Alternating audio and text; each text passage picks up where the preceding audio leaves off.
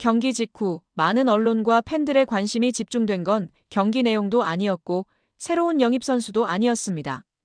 바로 토마스 프랭크 감독의 입에서 직접 나온 이 한마디 때문이었습니다. 손흥민은 무조건 주전입니다. 더 이상 논의할 필요도 없습니다.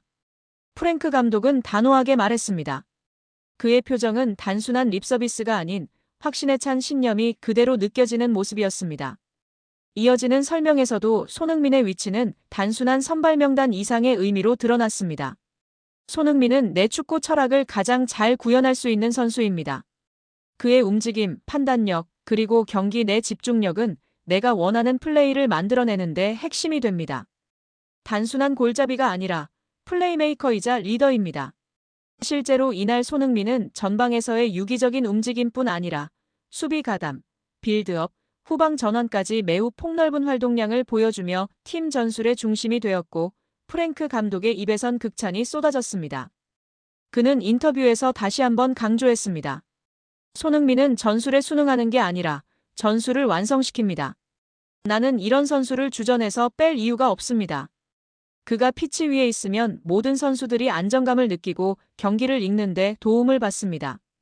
이러한 발언은 단순히 프리시즌 경기에서의 퍼포먼스만을 평가한 것이 아니라 손흥민의 리더십, 멘탈, 그리고 팀 내 존재감까지 전반적인 신뢰를 바탕으로 한 전폭적인 지지 선언이라 할 수 있습니다.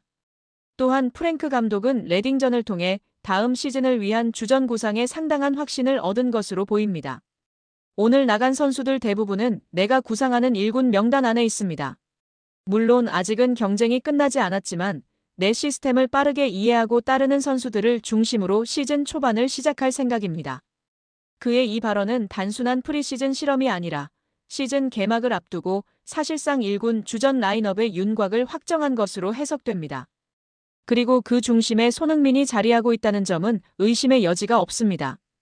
게다가 프랭크 감독은 손흥민의 태도와 팀 내 영향력도 언급하며 그의 가치를 더욱 강조했습니다. 손흥민은 항상 솔선수범합니다. 훈련 태도는 물론이고 후배들을 챙기는 모습도 인상적입니다. 나는 단순히 뛰어난 선수보다 이런 기준이 되는 선수를 중심으로 팀을 짜고 싶습니다. 이쯤 되면 손흥민은 단순한 주전 그 이상입니다. 그는 지금 토트넘이라는 팀의 문화를 대표하고 프랭크 감독이 만들고자 하는 새로운 팀 컬처의 핵심 인물로 확고히 자리 잡았습니다. 하지만 바로 이 시점에서 많은 팬들의 불안함을 자극하는 뉴스가 있었습니다. 바로 최근 들어 다시 고개를 든 손흥민의 사우디 이적설입니다. 현지 언론과 몇몇 유럽 축구 전문 매체들은 사우디 아리티하드와 알힐랄이 손흥민에게 거액의 제안을 재차 준비 중이라고 보도했습니다. 심지어 연봉 규모는 약 4천만 유로, 계약 기간은 3년이라는 구체적인 수치까지 언급됐습니다. 이적설이 재점화되면서 일각에선 손흥민이 마지막 커리어를 중동에서 보내는 게 아니냐는 예측도 조심스레 제기되고 있습니다. 하지만 정작 프랭크 감독은 그와 관련된 질문에 단호하게 선을 그었습니다. 나는 그 어떤 오퍼도 받은 적 없습니다. 그리고 손흥민은 그런 제안에 흔들릴 선수가 아닙니다. 그는 지금 팀을 이끌 책임을 갖고 있고 내가 보기에 그는 이 팀에서 자신의 축구 인생을 계속 이어갈 생각입니다. 이 발언은 사실상 손흥민은 이적하지 않으며 토트넘의 새로운 전술과 프로젝트의 중심으로 남을 것임을 확인한 것이나 다름없습니다. 무엇보다 손흥민 본인 역시 인터뷰에서 지금 내게 중요한 건 팀의 첫 시즌 준비를 잘하는 것입니다.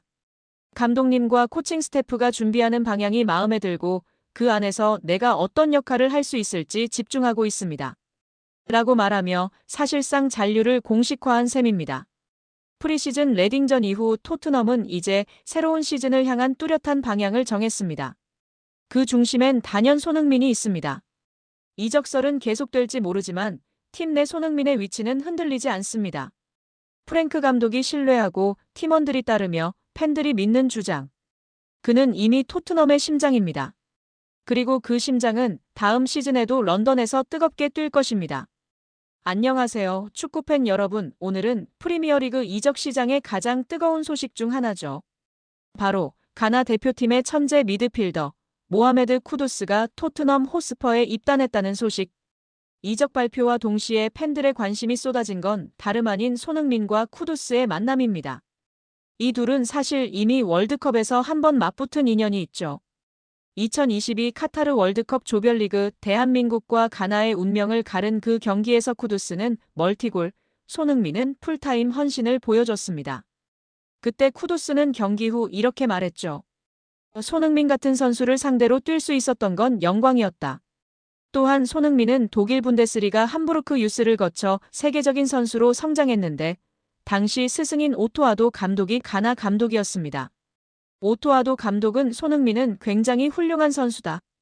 당시 규율도 잘 지키고 성격도 좋았다며 그래서 저는 손흥민의 미래를 봤고 주전으로 출전해야 한다고 주장하기도 했다. 손흥민이 훌륭한 커리어를 쌓았지만 내일은 예외다. 출전하기를 바라고 우리는 전체가 하나가 돼서 막기 위해 노력하겠다. 팀 전체로 손흥민을 막겠다고 답했었습니다. 가나 대표팀으로서 감독에게도 많은 이야기를 들었던 쿠두스일 텐데요. 사실 쿠두스는 손흥민을 오랫동안 존경해온 선수입니다. 유럽 무대에서 꾸준히 월드클래스를 증명한 손흥민은 쿠두스에게도 자극이자 롤모델 같은 존재였죠. 이제 그들이 같은 유니폼을 입고 같은 골을 향해 달리는 사이가 되었습니다. 쿠두스는 빠른 드리블, 예리한 패스, 결정적인 순간의 골까지 가능한 전천후 공격형 미드필더. 그리고 손흥민은 두말하면 입 아픈 프리미어리그 득점왕 출신이죠. 이 둘이 만들어낼 찰떡궁합, 상상만 해도 기대되지 않나요? 쿠두스는 말합니다. 손흥민과 같은 선수가 앞에 있으면 패스 타이밍과 공간이 완전히 달라진다. 이제 토트넘의 공격은 손흥민, 쿠두스라는 새로운 공식으로 진화합니다. 토트넘은 11일 공식 홈페이지를 통해 웨스트햄 유나이티드에서 뛰던 쿠두스와 계약을 체결했다고 발표했습니다. 쿠두스의 새로운 등 번호는 20번인데요. 토트넘은 구체적인 계약 조건은 공개하지 않았습니다. 영국 방송 BBC는 이날 토트넘이 쿠두스와 2031년까지 6년 계약을 맺었다고 전했다. 토트넘이 웨스트햄에 지급한 이적료는 바이아웃 조항인 8,500만 파운드, 약 1,585억 원보다 낮은 5,500만 파운드, 약 1,025억 원에서 확정됐습니다. 이 금액조차 바이엘은 뮌헨이 2025 국제축구연맹 피파 클럽 월드컵에서 자말 무시알라가 크게 다친 공백을 메우기 위해 쿠두스에게 접근하면서 500만 파운드 가량 상향된 것으로 알려졌습니다. 또한 토머스 프랭크 토트넘 감독은 쿠두스의 활동량과 창의성을 높이 평가하며 자신의 축구 철학에 잘 맞는 선수라고 판단한 것으로 전해졌습니다.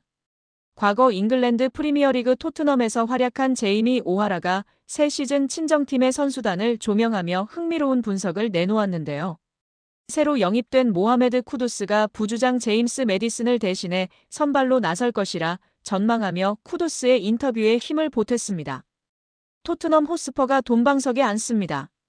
영국 매체 골닷컴은 16일 브라질의 팔메이라스가 이번 여름 토트넘의 공격수 히샬리송의 영입에 관심을 보이고 있다. 팔메이라스는 히샬리송을 영입하는 데 5,500만 파운드 약 1,020억 원을 지불할 의향이 있는 것으로 알려졌다라고 보도했습니다. 히샬리송은 브라질 국적의 1997년생 스트라이커로 현재 토트넘에서 애증의 선수로 남아있는데요. 비싼 이적료를 들여 영입했지만 기대 이하의 활약을 펼쳤기 때문입니다.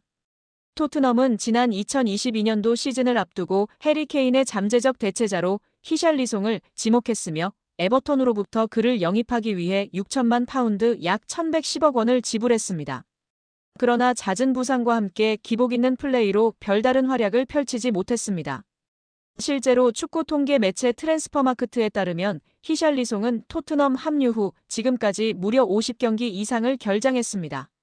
토트넘에서의 통산 기록은 90경기 20골 9도움. 결국 먹튀라는 오명까지 쓰게 됐습니다. 특히 지난 시즌은 커리어 로우를 기록했는데요.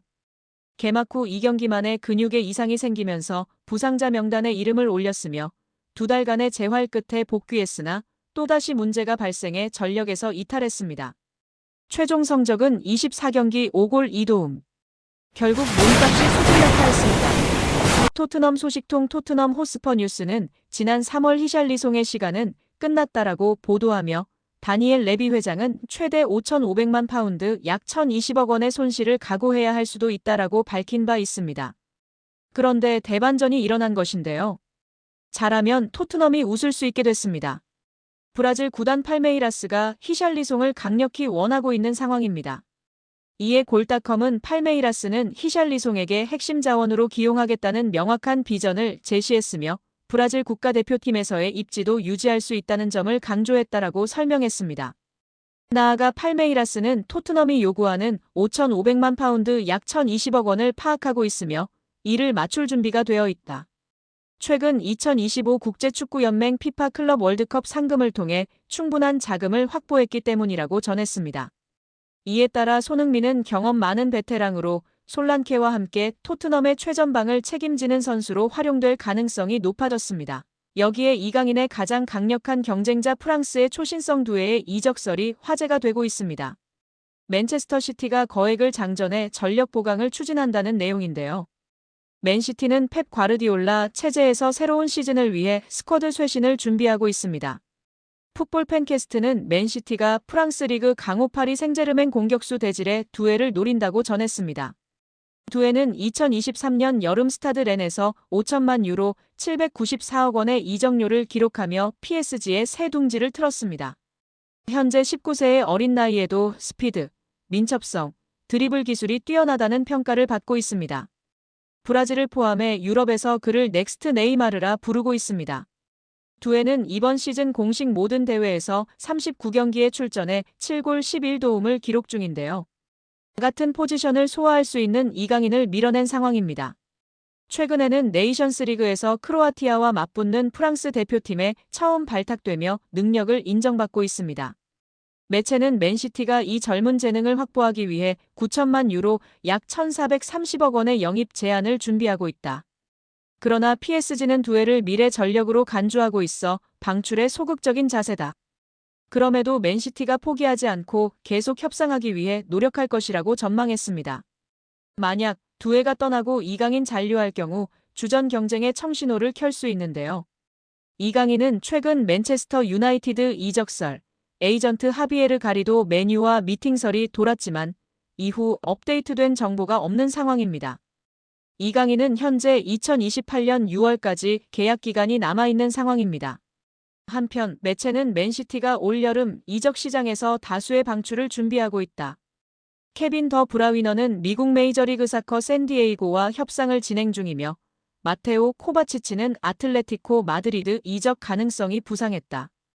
이런 움직임을 통해 화보되는 자금은 두에 영입에 들어갈 것이라고 전망했습니다.